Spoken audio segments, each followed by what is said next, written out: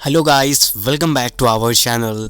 कैसे हो आप? आशा करता हूँ बहुत बढ़िया हो गया आप लोग। सो गाइस, चैनल पे मैंने एक पोल डाला था और मैंने पूछा था कि डीमन स्लेयर का कौन सा सीजन एक्सप्लेन करना है। तो आप लोगों ने बताया था कि डीमन स्लेयर का सीजन 1 एक्सप्लेन करो। तो गाइस, इस वीडियो के नीचे कमेंट करके ये बता दो कि डीमन स्लेयर का सीजन 1 का हर एक एपिसोड एक्सप्लेन करो हिंदी में प्रॉपर, या फिर सीजन 1 का एक रिकैप बना दो हिंदी में। तो कमेंट करके जरूर बताना इस वीडियो को नीचे में। चलते अपने वीडियो के ऊपर। आज के वीडियो में जो हम लोग एनिमे एक्सप्लेन करने जा रहे हैं उसका नाम है टेनपुरु। आज हम लोग इसका एपिसोड 2 एक्सप्लेन करेंगे। जिन लोगों ने एपिसोड हमारे चैनल पे नहीं देखा तो हमारे चैनल पे है, तो जाकर जरूर से देख लेना। तो चलिए हम लोग अपना वीडियो स्टार्ट करते हैं। सो लास्ट सीन में हमने देखा था कि आकागामी के डैड ने टेम्पल से कुछ पैसे उधार लिए थे जिसे उन्होंने चुकाया नहीं था। तो हमारे एनिमे के फर्स्ट सीन में दिखाया जाता है कि यूज़ुकी सभी को बोलती है कि आकागामी यहाँ पे रह के अपना सारा डेब्ट्स चुकाएगा घर के सारे काम कर कर। ये बोलकर यूज़ुकी आकागामी को टेम्पल घुमाने के लिए बोलती है। यूज़ुकी आकागामी को टेम्पल दिखाती है। टेम्पल में एक स्टैचू को दिखाती है और स्टैचू बहुत बुरी हालत में था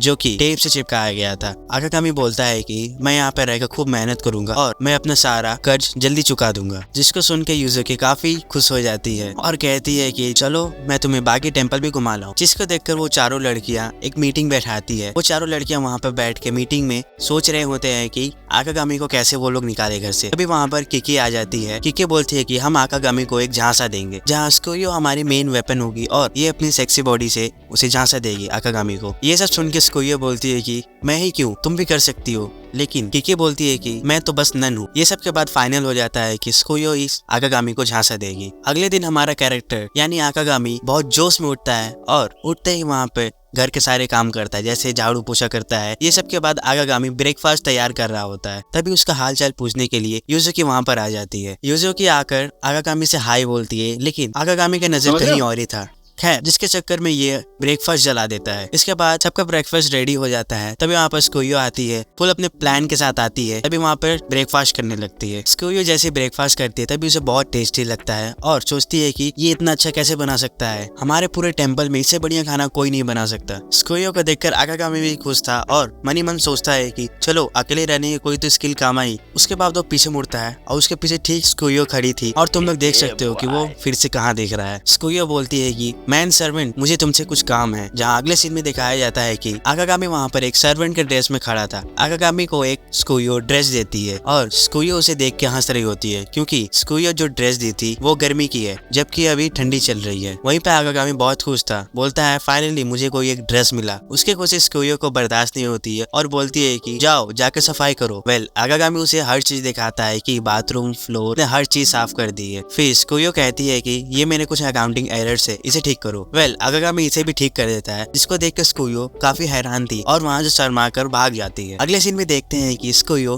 ठंडा ठंडा पानी आकागामी के ऊपर डाल रही होती है ताकि आकागामी वाटरफॉल मेडिटेशन कर पाए, जिसे वो बहुत इंजॉय भी कर रहा था। यहाँ ये स्कोयो इंतजार कर रही है कि कब ये थके, कब ये हारे और ये कब घर जाए। तभी आकागामी यूज़ुकी को स्कूल यूनिफॉर्म में देखकर उसका दिल गार्डन गार्डन हो रहा होता है और वो बोलता है अब मैं रेडी हूँ नहाने के लिए। तभी किकी स्कोयो को कान भरती है और बोलती है तुम इसके पीछे जाओ। और यहाँ बाथरूम में आकागामी नहा रहा होता है और रिलैक्स कर रहा होता है। वहाँ पे थोड़ी देर होने के बाद वो सोचता है कि मुझे अब जल्दी से डिनर बनाना है, इसलिए मैं अब निकल रहा हूँ बाथरूम से। और ये बोलकर जैसे ही वो दरवाजा खोलता है तभी उसके सामने स्कोयो दिखती है। इसको देख के आकागामी वहाँ से भागकर डायरेक्ट बाथटब में चला जाता है। यहीं पे स्कोयो वॉशरूम के अंदर आती है और अपने थोड़े कपड़े और नीचे करने लगती है क्योंकि इनका प्लान यही था कि किसी भी तरह से इसको फंसा कर मौका मिलते ही इसकी गलती निकाल कर इसे यहाँ से निकाला जाए। तभी स्कोयो अपने मन में बोलती है कि मैंने यूज़ुकी को 2 मिनट बाद बाथरूम में आने के लिए मैसेज किया है, तब तक आकागामी को फंसाना पड़ेगा किसी भी तरह से। लेकिन स्कोयो घबराकर हल्का सा पीछे हटती है। तभी वहाँ से उसका पैर लड़कर टब में उसके ऊपर गिरने वाले थे। ये सब देखकर आकागामी उसे बिना कुछ सोचे समझे उसे बचा लेता है और आकागामी स्कोयो का ठीक ऊपर था और जैसे ही आकागामी कुछ बोलने वाला रहता है तभी आकागामी के सिर पर एक डब्बा गिरता है और वेल तुम लोग देख ही सकते हो कि क्या हो रहा है। उसके बाद थोड़ी देर में यूज़ुकी भी दरवाजा खोलकर यहाँ पर आ चुकी थी और यूज़ुकी सब कुछ देख लेती है। तभी स्कोयो बोलती है कि तुम जैसा सोच रहे हो वैसा कुछ नहीं है। तभी वो सोचती है कि अरे मैं क्यों एक्सक्यूज बनाओ, ये तो मेरा प्लान का हिस्सा था। तभी यूज़ुकी आकागामी को कहती है कि आकागामी यहाँ से चले जाओ और चुपचाप वो लोग दोनों अपनी अपनी जगह चले जाते हैं।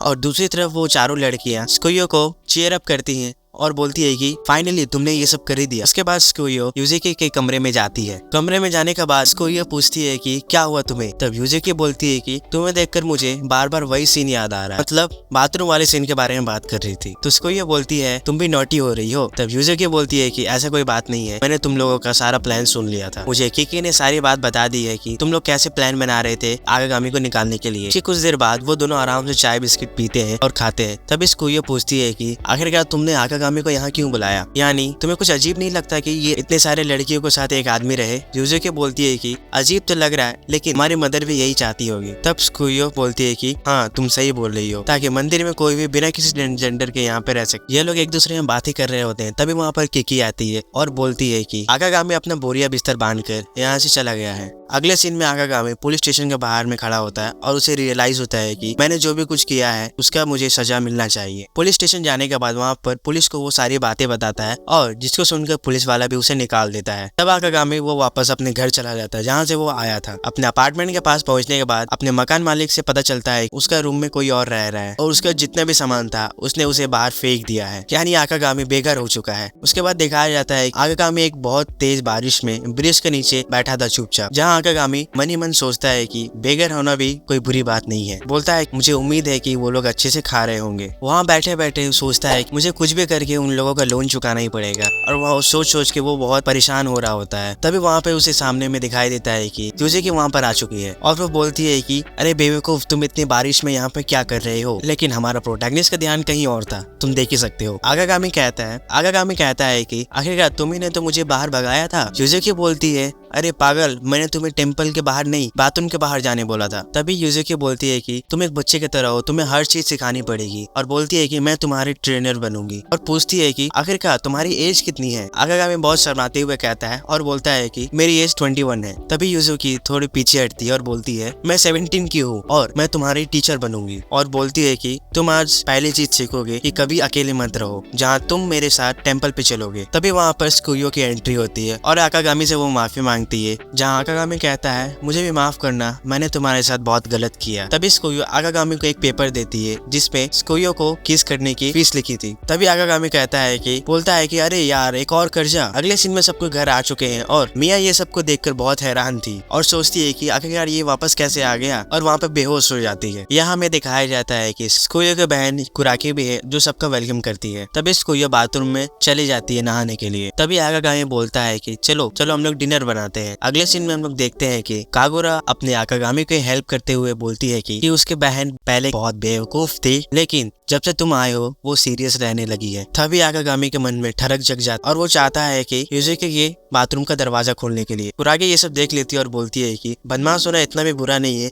आखिरकार तुम भी तो इंसान हो। और बोलती है कि यूजुकी भी बहुत ठरकी है। तभी कुरागी कहती है कि तुम वहाँ से दरवाजा खोल सकती हो। आगागामी कहता है कि नो थैंक्स, ये सब चीज बहुत गलत है। और ये सब चीज बोल ही रहा था तभी कुरागी पीछे से जाकर बाथरूम का गेट खोलने ही वाली थी, जिसको देखकर प्रोटैगनिस्ट उसके पीछे कूद जाता है उसे रोकने के लिए। तभी कुरागी वहाँ से साइड हो जाती है और प्रोटैगनिस्ट के हाथों से दरवाजा खुल जाता है, जहाँ उसे सब नजारे देखने को मिल जाते हैं। फिर दोनों लड़कियां कागुरा को कहती है कि तुम्हें आगागामी के साथ ज्यादा मस्ती नहीं करना चाहिए। ये सब बोलकर वो वहाँ से चली जाती है। तभी वहाँ पर मिया आती है और मिया बोलती है कि तुम्हें बहुत मजा आ रहा है ना, और ये बोलते ही यहाँ पे ये एपिसोड खत्म हो जाता है। हमारा वीडियो यहीं पे खत्म होता है। वीडियो कैसे लगा वीडियो कमेंट करके जरूर बताएं, और कमेंट करके ये भी बताएं कि डीमन स्लेयर को कैसे एक्सप्लेन करूं। हमारे साथ जुड़ने के लिए हमारे चैनल को कर सकते हैं सब्सक्राइब। हमारे वीडियो आप लोग देखते हो, लेकिन 99% बंदे लोग आप लोग सब्सक्राइब नहीं करते, तो गाइस सब्सक्राइब कर दिया करो और अपने दोस्त लोगों के साथ शेयर भी किया करो। तो मिलते हैं किसी और न्यू वीडियो में या फिर इसके अगले वीडियो में। तब तक के लिए bye, stay tuned, thanks for watching.